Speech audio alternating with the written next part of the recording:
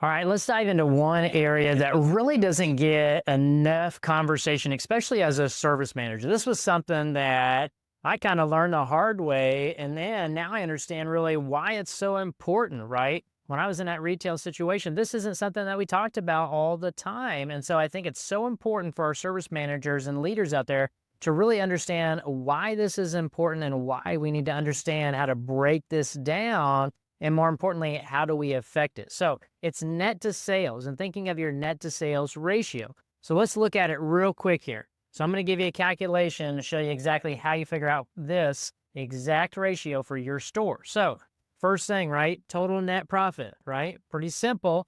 Net profit. What did we make in net profit for that department this month? And then we're going to divide that by our total sales. So total sales, all in sales. This could be also your miscellaneous, your sublet, all your labor, all your sales. So we're going to divide those two, and that's going to give us our net to sales ratio. In this example, it's 15%. So why is this so important? Why do we care about it, right? So in this example, it's 15%. So now let's jump down one, and we're going to look at, hey, what do I have to do to make $1 in profit in my store? Hey, now it's kind of making sense why this is so important. So, hey, I want to make $1 in net profit in my store. What do I need to do?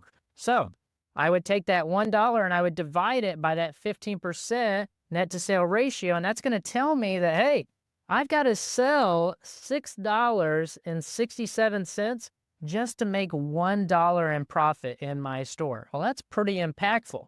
Now, here's where it comes down to, well, hey, can I improve that to increase my net profit in my store? So let's look at another example. I want to make the same $1 in net profit. Let's just bump it up to 25 and look at what happens here. We jumped up 10%, okay? And now look at what the sales number is.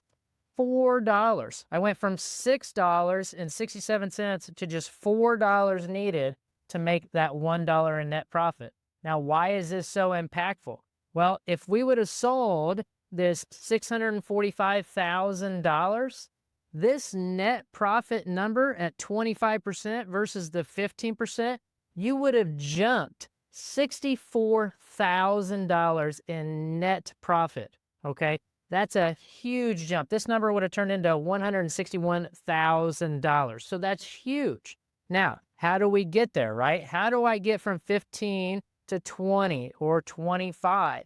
Well, it's all about the expense control. So, hey, maybe there's a policy issue that's getting a little out of hand. We're creeping up in policy constantly every single month, and we're really not breaking down to understand the root cause of what's going on, right? Maybe there's a shop supply issue. Maybe there's a comp issue that's a little bit out of whack that's causing an issue.